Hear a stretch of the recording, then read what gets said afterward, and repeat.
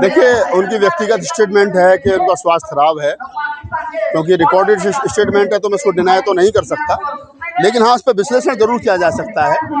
और वो ये है कि जो व्यक्ति दिन में बिल्कुल स्वस्थ हो, दिन में सदन को सुचारू रूप से चला रहा हो, वो है व्यक्ति अचानक से इतना कैसे बीमार हो गया कि वो ये कह रहा है कि मेरा स्वास्थ्य खराब है, मैं सदन को नहीं चला सकता। तो मुझे इसमें लगता है कि कुछ ना कुछ ऐसी बात है, और वो बात शायद यही है कि उनको इस्तीफा देने के लिए मजबूर होना पड़ा। उनको लगा कि अब मैं इस सदन का पार्ट जो है वो नहीं रह सकता। जितना मेरी सोच ये कह रही है कि जो जेपी नड्डा के साथ में बातचीत हुई है सदन में उससे कहीं ना कहीं, हालांकि उनके अंदर का जाट मर गया था। मैं पश्चिमी उत्तर प्रदेश का रहने वाला हूँ। हमारे यहाँ कहा जाता है कि झुका हुआ जाट और टूटी हुई खाट ठीक नहीं होता।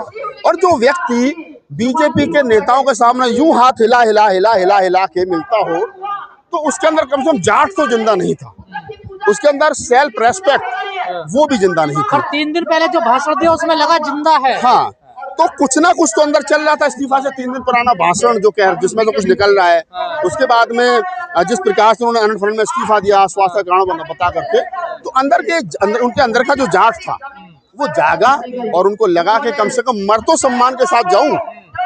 इस उम्र के इस पड़ाव पर आने के बाद भी लोग इस प्रकार की मुझे कहें कि मतलब मैं जाट नहीं हूँ या मेरे अंदर में वो जज्बा नहीं है जो इंसानियत और मानवता का होना चाहिए, मैंने सरेंडर कर दिया है। तो हो सकता है उनको लगा हो कि मैं इससे ज्यादा अपमान महसूस नहीं कर सकता हूँ और अब मुझको कम से कम इस्तीफा दे करके अलग हो जाना चाहिए। 3 दिन पहले उन्होंने कहा कि दुनिया में सरकार का डंका पिट रहा है, ऐसा कहा जाता है, लेकिन किसान क्यों परेशान है?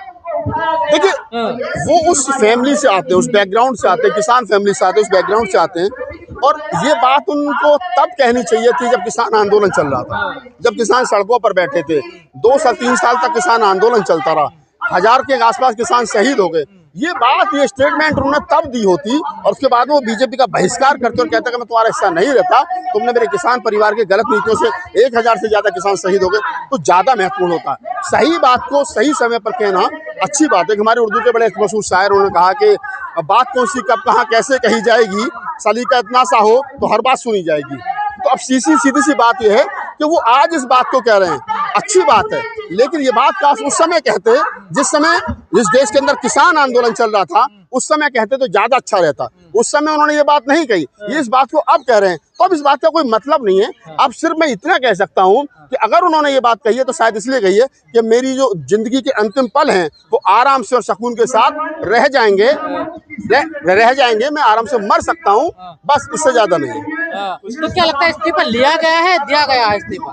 इस्तीफा लिया नहीं गया है। इस्तीफा के लिए इतना दबाव बनाया गया है कि मजबूरी में इस्तीफा देना पड़ा है। और एक अंदर से था कि मेरे दम घुटता है ना, आदमी का व्यक्तिगत अंदर से दम घुटता है, तो फिर दम जो है उस स्थिति में क्या करेगा आदमी? या तो सरेंडर करेगा, उनका कोर्टिंग चलेगा।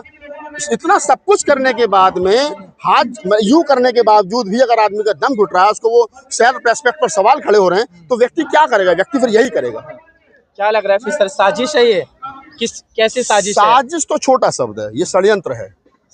ये कैसा षड्यंत्र है?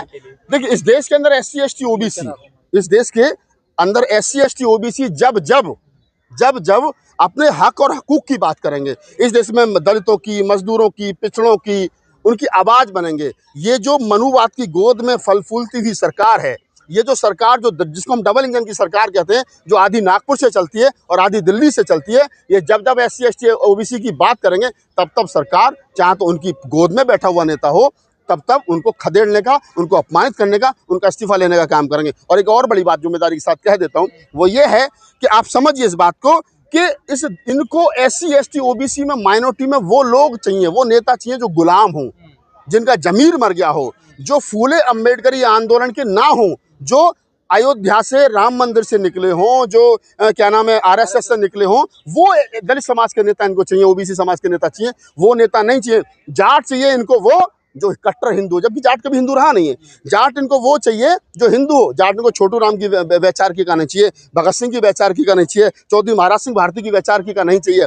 दलित इनको वो चाहिए जो वाल्मीकि की वैचारिकी से आता हो, दलित इनको वो नहीं चाहिए जो अंबेडकर की वैचारिकी से आता हो, फूले की वैचारिकी से आता हो, कबीर और नानक और की वैचारिकी से आता हो। इनको वो दलित और ओबीसी चाहिए जो बहुजन महापुरुषों की वैचारिकी से इत्तेफाक ना रखता हो, वो सिर्फ इनकी वैचारिकी से, इनकी पाठशाला से, आरएसएस की पाठशाला से पढ़ के आता हो और इनके कदमों में आकर के दलित का जहाँ चतुर्वर्ण पंचम वर्ण में जहाँ स्थान है, उस स्थान पर वो रह करके सिर्फ जी हजूरी करता रहे, पिटता रहे, मूछ ना रखे, बाल कंगे ना करे, अच्छे कपड़े ना पहने, वो रहे तो ठीक है, तो मंजूर है, अन्यथा नहीं। की तरह ये भी कुछ करेंगे खुलासा? जैसे देखिए, सतपाल मलिक साहब का मैं बड़ा सम्मान करता हूँ और वो क्योंकि अब अंतिम संज्ञा पर हैं, तो इसलिए मैं उनके बारे में कुछ ज्यादा टीका टिप्पणी नहीं करना चाहता। बीजेपी में थे, देखिए, मुझे समस्या ये है इन सब लोगों से कि तब तक आप लोग बीजेपी में रहते हो तब तक आपको याद नहीं आता है कि किसानों के साथ क्या हुआ, पिछड़ों के साथ क्या हुआ, दलितों के साथ क्या हुआ।